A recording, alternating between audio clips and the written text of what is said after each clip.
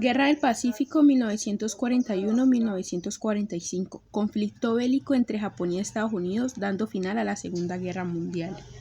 Estados Unidos le había impuesto a Japón un embargo de petróleo y un bloqueo comercial. El 7 de septiembre de 1941, los japoneses hacen un ataque a la base naval de Pearl Harbor en Hawái, donde se destruyeron más de 300 aviones y casi 20 buques de la Armada estadounidense. Estados Unidos, con el gobierno de Roosevelt, le declaran oficialmente la guerra a Japón.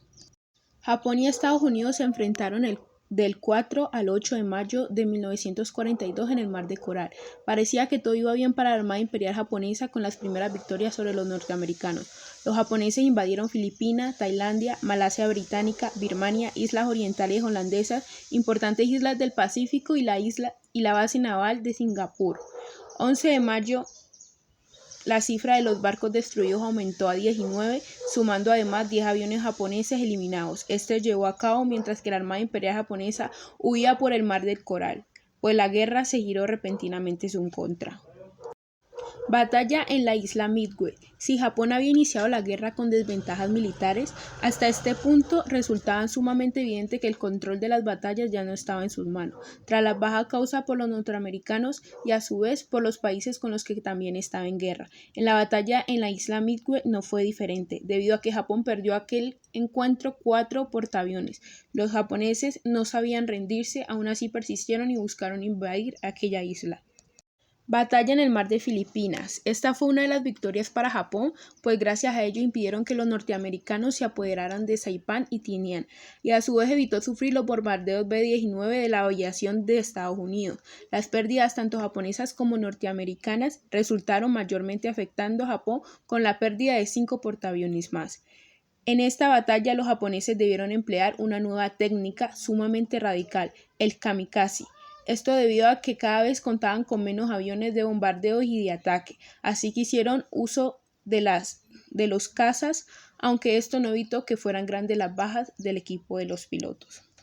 Iwo Jima se convirtió en el panteón de cientos de cadáveres entre japoneses y norteamericanos. La dificultad de esta batalla mas se convirtió en la más importante victoria de los estadounidenses. Para el 5 de marzo, Estados Unidos atacó Tokio.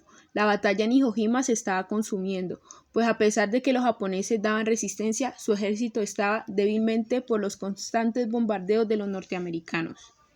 Batalla de Okinawa, 19 de abril. Aún se encontraban luchando Japón y Estados Unidos en Okinawa, sin representar otra novedad más que la aparente victoria norteamericana, pues la flota aérea de los japoneses no hacía más que reducirse con los bombardeos invasores, además de los ataques y los lanzallamas. Japón estaba desesperado, pues continuaron los ataques suicidas en cielo, mar y tierra.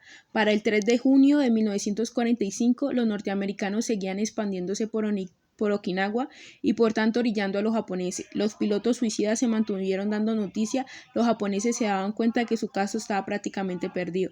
El 20 de junio de 1945 el ejército nipón perdía la resistencia, los soldados japoneses se arrojaban al mar, pues cabe recordar el orgullo no solo de los soldados, sino que incluso los civiles preferían la muerte antes que la derrota, pues era mucho mejor que convertirse en prisioneros.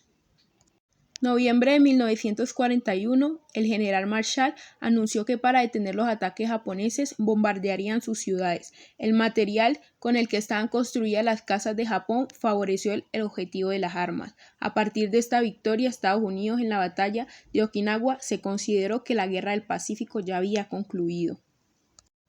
Bombas atómicas. El 6 de agosto de 1944, Estados Unidos lanza la primera bomba atómica a Hiroshima. Ya está en uso la más terrible de las armas, la bomba atómica. Esta fue una clara amenaza de lo que sucedería si Japón no se daba por vencido.